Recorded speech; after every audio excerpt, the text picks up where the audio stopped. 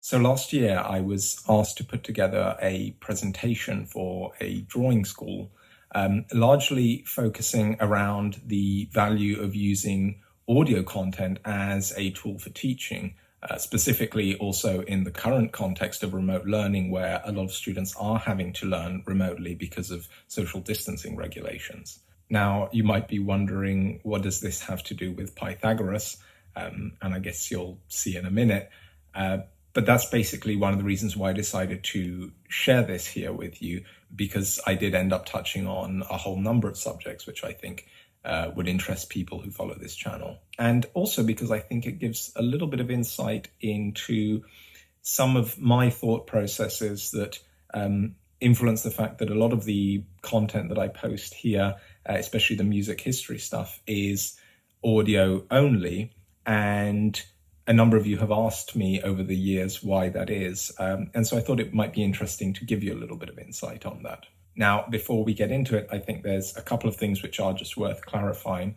One, I don't teach for a job. In fact, I don't work for any academic institution. And I think that's worth pointing out, because obviously that means take my opinions on these subjects for what they're worth. As you've likely figured out from a lot of the things that I discuss on this channel, there are a number of different fields of study where I do like to keep up to date with the scholarship that's being done there. And I have a number of close friends who work in different positions across different academic institutions. And we like to keep in touch on whatever projects we might be working on. And I might tell them about whatever new things I'm looking into for either stuff that I'm doing here or some of my own personal interests. And in fact, that's essentially how this presentation here came about. I was just asked if I would be happy to contribute this as part of a push to highlight some of the different ways in which different teaching materials and different kinds of teaching content could be expanded to provide a broader scope of learning methods for students. And to be honest, I don't know that a huge amount came out of this attempt to kind of try and drive things a little bit more in that direction. But it was something that obviously I was happy to contribute to, and also something of a personal challenge, I guess, to myself, because since I was doing this in my free time, essentially I had to do this over the course of a weekend, write it, record it, edit it in the space of a weekend. So it's a little bit of a personal challenge to myself to see if I could do something and come up with something creative and that I thought might communicate certain interesting ideas about how we go about teaching and learning, and maybe stimulate different ways of thinking about those things. So like I was saying, take this for what it is. I don't teach for a job. This is just basically one guy's thoughts on the subject. But I do think that there are some interesting ideas in here and ones that might interest you. So I figured that I would share it with you. And the other thing worth pointing out is that, as you can imagine from the title, I discuss certain aspects of Pythagoras and the Pythagoreans. And Pythagoras and the Pythagoreans in general, they're one of those movements that precisely because we don't have a lot of information on them that dates back to the days of Pythagoras, essentially almost all of the writings from the ancient world about them date from many, many centuries after the time of Pythagoras. And also because of the mystical quality of a lot of their thinking, in many ways they are much better understood as the kinds of things that historians now describe as mystery religions, rather than a philosophical movement in the way in which we think of it in the modern context. And so because of all of these factors, much of what I discuss in the presentation that you'll hear in a second, even if they are things that can be found in authors from the ancient world, often reside a lot more in the realm of what we might consider to be legend than what we would consider to be historical account.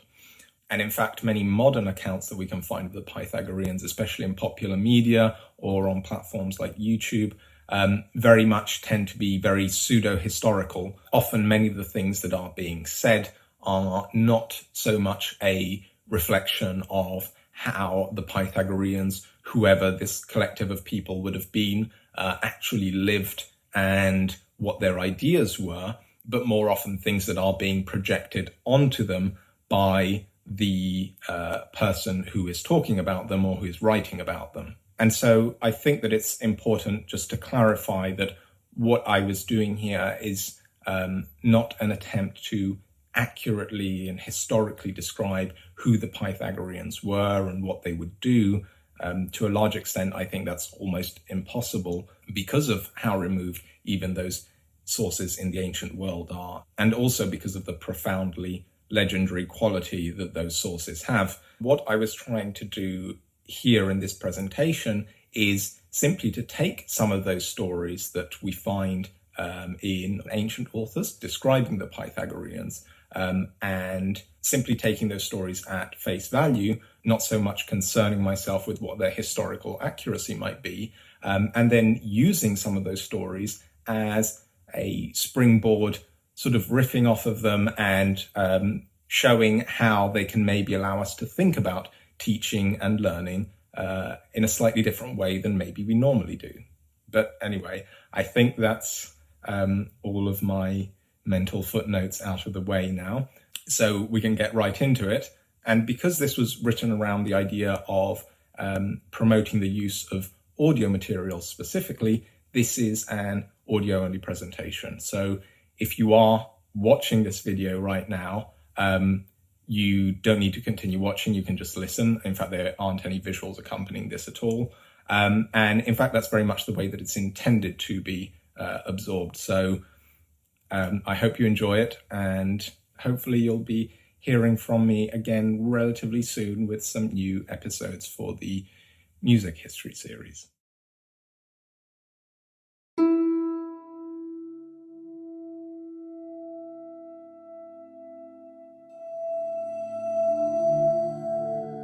Today, Pythagoras is largely remembered for popularizing the theorem that bears his name.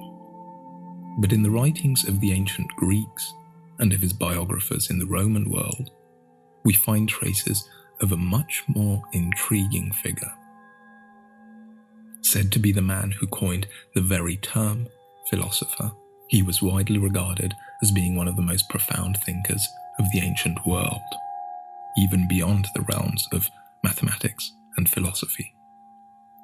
As a mystic, he was revered in a fashion that might remind us of a Christian saint, and his profound interest in numbers and proportion, along with the influence of the Pythagorean school, is reputed to be one of the chief influences behind the obsession with form in Greek art and sculpture, as well as having an equally profound influence on the development of music in the West up until the modern day. The school he founded is one of the oldest educational institutions we find described in ancient sources. We are told that an applicant student, after having completed 3 years of physical education, would be granted admission to the school as an acousmatikoi, or someone who hears, and would take a vow of silence lasting 5 years. And so the students learned how to listen so that they might better learn how to speak. Each student would perform their daily duties in silence. Among these activities, they would take part in lessons.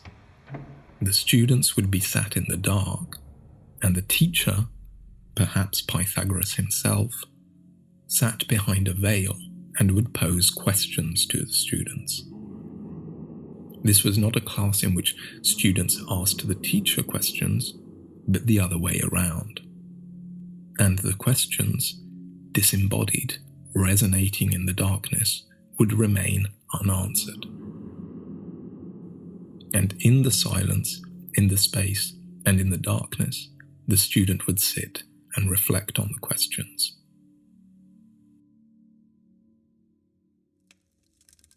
After having performed the remainder of their duties for each day, each student would take a little time to meditate and reflect on the day. What had gone well, what not so well, what they might do differently tomorrow. Now, it's hard to say how much of this is based on events that actually took place. Many of the sources that survive, despite being almost 2,000 years old, were still compiled 700 or 800 years after the life of Pythagoras. That's about as distant as the life of Queen Matilda or Richard the Lionheart are from ours. But it does bring 2 points sharply into focus. First, the education that we received as children, by comparison, almost seems to have worked backwards. First, we were given the answers in the form of textbooks, and a few months later, in a test, we were given the question. The function of the question here was simply to check whether we would repeat the same answer that we had been given previously. No time to think. Pythagorean study, by comparison, was a practice. Second, it brings to light the centrality of sound. It was only in fact after 5 years that the student would be allowed to see their teacher. They were denied sight so that they might better hear the questions. It seems the Pythagoreans understood that knowing some things makes it harder to know others. And we all know this instinctively when we close our eyes to better listen to a piece of music. For this reason, my feeling is that any centre of learning in the 21st century should have as diverse a portfolio of materials available to their students as possible. Still images, audio content, videos, even activities for their students to go out and do in their own time. Because each of these, both by virtue of what they are and what they are not, offer radically different experiences of learning. And for any institute that focuses on study as a practice, I see sound, the audio content, as playing a central role.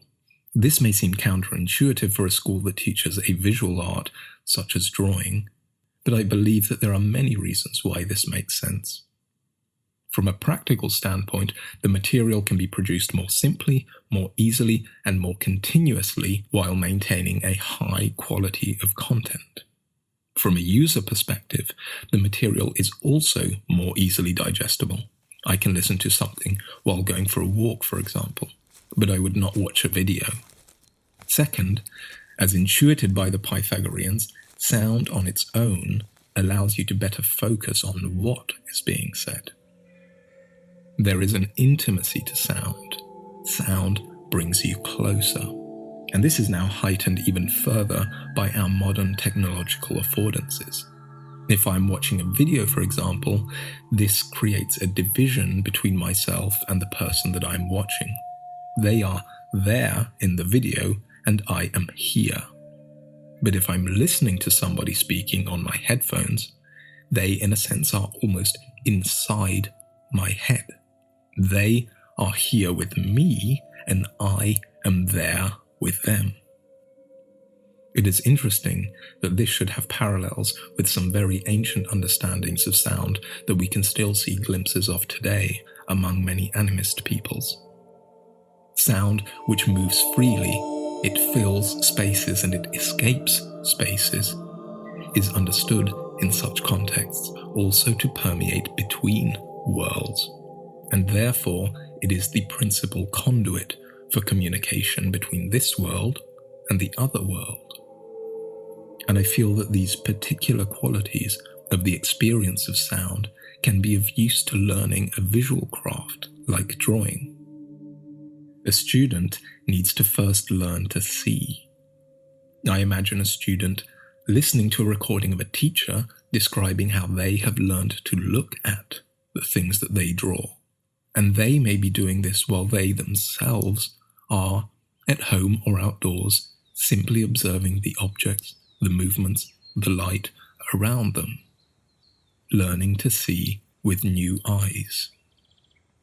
I imagine a student listening to a teacher describing their practice of drawing, the simple gesture of tracing lines and shades over and over, as they themselves are drawing too. You cannot draw while watching a video.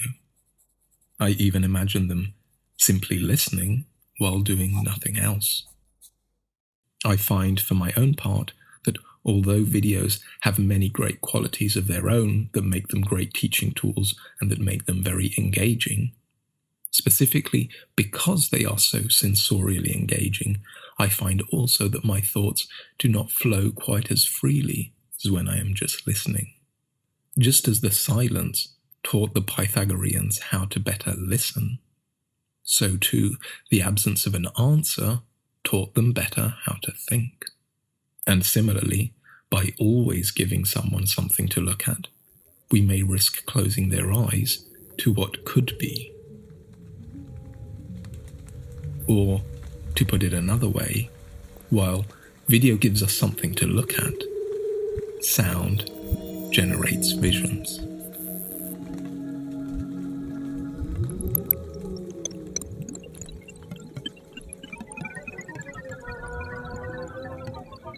In fact, to conclude, I would say that it is my belief that the inspiration of art through sound and sound through art is aboriginal. They were joined from the beginning.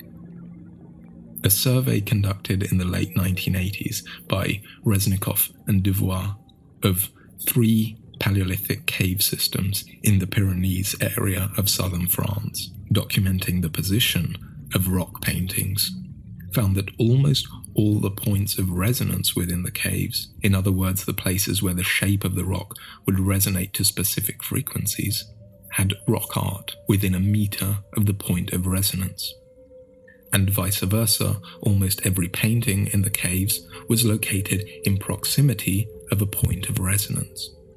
It was almost a 1-to-1 match, leading them to conclude that the placement of the paintings was in some way informed by the acoustic properties of the caves.